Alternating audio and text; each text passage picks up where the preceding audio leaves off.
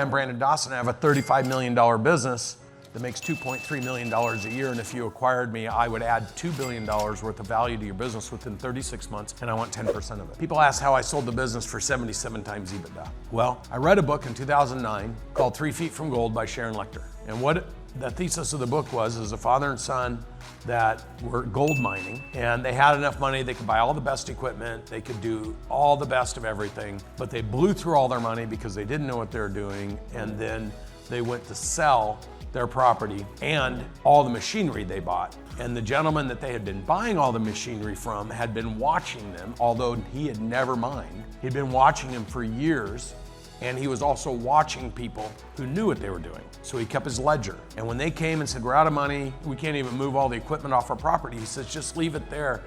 People can go up and use the equipment to learn to use it, and I'll have it as my test field.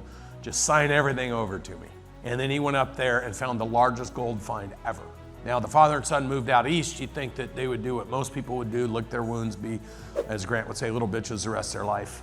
But instead of doing that, they built one of the largest industrial companies ever and became extremely wealthy from what they learned their mistakes were. So when I read that book, here's the analogy. If you have the money today and you go get a big ass tractor and you just start digging a big hole thinking you're gonna find gold, you're gonna probably statistically find yourself in trouble. And this is the problem with third generation and fourth generation is the money's there, and then the third or fourth comes in and starts spending it, but they actually don't know what they're doing because they didn't apply science to it. So when I read this book, I'm like, okay, if I was a business, what would be the analogy? Well, the analogy is, imagine that you spend more money, you get the land, and you spend more money before you actually start spending anything on the tractors. I mean, you spend a third of all your money bringing in an expert organization that could drill 100 or 200 test holes all over your property.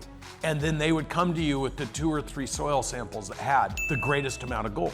Then you threw all your energy at those 3 test holes. Would you have a better shot than randomly picking a spot to dig, yes or no?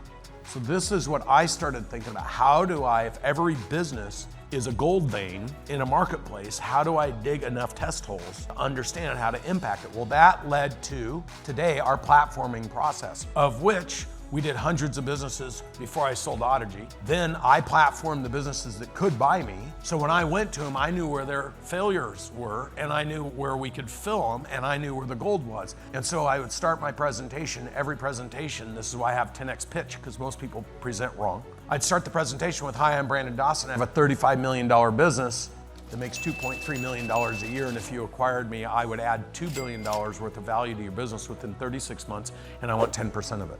Not one of them said, you're an idiot. You have a $2 million EBITDA and you want 200 million? What was the one question every one of them asked me? How are you gonna add $2 billion? And they were so excited to prove me wrong that they listened to everything I told them. And by the time I was done with 8 bidders, I had 8 presentations, I had 8 bidders, and I bid them up to what was reported 151, but was really $189 million. Because I knew what my target was.